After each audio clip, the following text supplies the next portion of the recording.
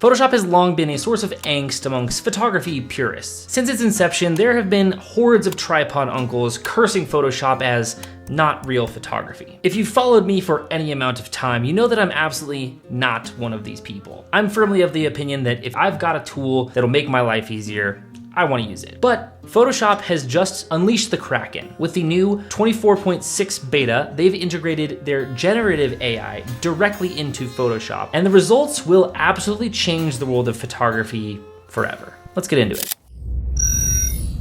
Okay, so what the heck is this new beta and how do you use it and how do you get it? To access the new features, you'll need to download the beta version of Photoshop. Simply go into your Creative Cloud and then go to Beta Apps and then select Photoshop Beta to download. Once you open it, you'll have a new generative bar front and center at the bottom of all of your images. It's kind of hard to miss. So how do we use it? Well, one of the first things that people learn to do in Photoshop is remove things with tools like the spot removal or the clone stamp. Well, Photoshop has been making some major improvements with these things such as content-aware fill. So let's see how generative fill stacks up against those other ones. If we use the lasso tool, we can come over here and draw around some of these sticks that are in the water, and then maybe even remove this little chain at the top of the ladder as well. Now we'll just hit generative fill, and to remove things, you don't enter any prompt and just hit generate. This does a really solid job of removing everything very nicely. Now let's try the same process with content aware. We'll draw around the sticks and then come to edit content aware fill. You can see it also does a pretty good job, but it's definitely limited to some of these smaller items that we're doing in this instance. What if we wanted to get rid of this big rock, for example? Let's give it a shot with generative fill. Same thing, we'll just use the lasso tool to select the rock and then generative fill and generate. Okay, so now it didn't get rid of the rock itself, it replaced it. But maybe the second option actually does kind of work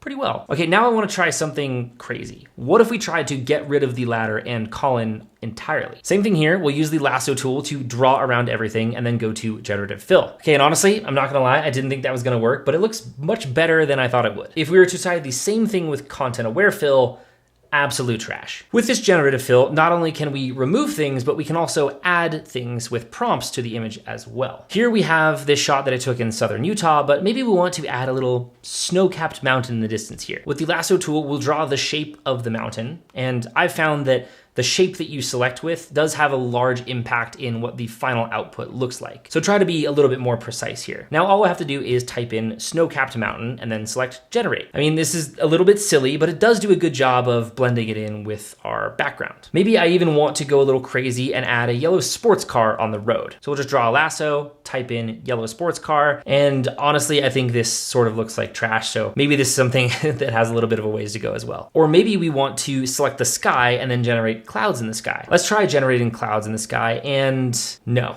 definitely not. The lighting is completely off. It completely jacks up the horizon and like changes one of the main features and rocks here. I'm sure this is something that they're working on to improve soon, but in the meantime, if you subscribe within the next 7 days on this video and then comment some joke about skies, I'll select 5 of you to win my Sky Swap bundle, which has over 40 high quality sky files to help you with your sky swaps while we're waiting for this generative fill thing to work out. So we can also use this new generative menu to make some selections. Just use the select subject section under the generative dropdown here. And then once selected, if you don't like the selection that it's made, it moves some of the adjustments to your selections down to that same area in the bottom. So you could expand the selection by a few pixels, you could contract it, or you could even go into the select and mask function as well. None of this is actually new, it's just now integrated into this new location down at the bottom bar here. But maybe you want to remove the subject from the image entirely. Just go to generative fill and again enter in no prompt. And if you want to remove the background, you could also do that by using the remove background option instead. You can also use this generative fill option to create reflections. And this is one area where it actually seems to thrive quite a bit. Here's a shot that I have in the Tetons where we had this incredible sunset from a storm breaking up. But the storm came in and had a lot of wind blow with it that kind of wrecked that nice glossy reflection that we had in the water. So let's first expand the canvas size to something that we have a little bit of extra room to get that nice perfect symmetry. Now we just use the lasso tool to select just the water without messing up our shoreline here. Now we go to the generative fill box and type in a reflection in water. Now it gives us 3 options to select from, and it's also non-destructive and it creates a separate layer, and all you need to do is go in and clean that up if you want to in the mask, for example. Another cool use case for this generative fill feature is expanding an image. Here we have an image from Valley of the Gods, which was done in a 4 4:5 crop since I'm a slave to the Instagram crop. But let's say you wanted to turn this into a nice iPhone wallpaper without having to crop in and losing some of the stuff on the edges here. Let's just go to image, canvas size, and then expand the image. And now we can use the marquee tool to select the empty space on the top and bottom. And then to expand, we just simply need to click that generative fill and don't put in an input or any prompt and click generate. I like this second option that it gives us here because it adds a few more of those extra clouds on the top, and that nicely matches what we have already. Now, this is clearly an incredibly powerful tool, but it's not without its limitations. For instance, I was trying to put a crescent moon into this photo. Two of the options it gave me looked like they were drawn like a toddler, and the third option looked okay, but it puts stars on the dark side of the moon. So a PSA for all of you Photoshoppers out there, if you add a moon to your images, know that it looks painfully fake if you have stars inside of your moon. There are no stars positioned between us on the Earth and the moon,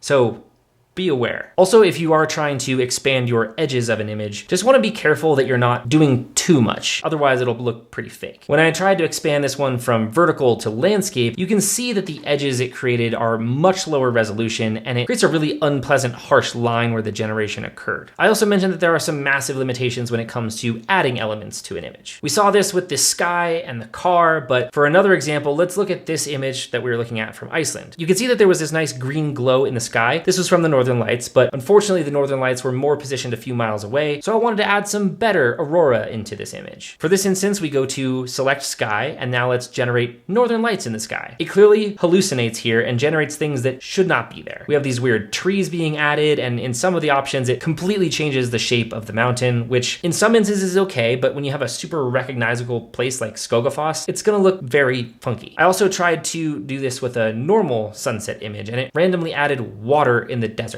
I don't know what's going on there, but again, if you want some better sky swapping, just be sure to subscribe, type a funny sky-related joke, and you could be entered to win my sky bundle. And if you want to learn how to actually swap good sky images, you can watch this video up here as well. All that said, I think it is super important to remember that this here that we have is the worst version of these tools that they are ever going to be. With more training data, with more user feedback, just the better results we are going to get, and the less we're gonna have to meticulously work within Photoshop to produce images that we want. I know all these crazy advancements in the world of AI may be worrisome for many, and honestly, kind of rightfully so, but in my opinion, as creatives, the best thing that we can do is continue to adapt and learn these tools as they come up. But I am curious to hear what you think about these new tools and what it means for us as creatives. Let me know in the comments, play thumb with the like button, and if you like this video, I almost guarantee you're gonna like watching that one next. So, I'll see you in the next one. Peace.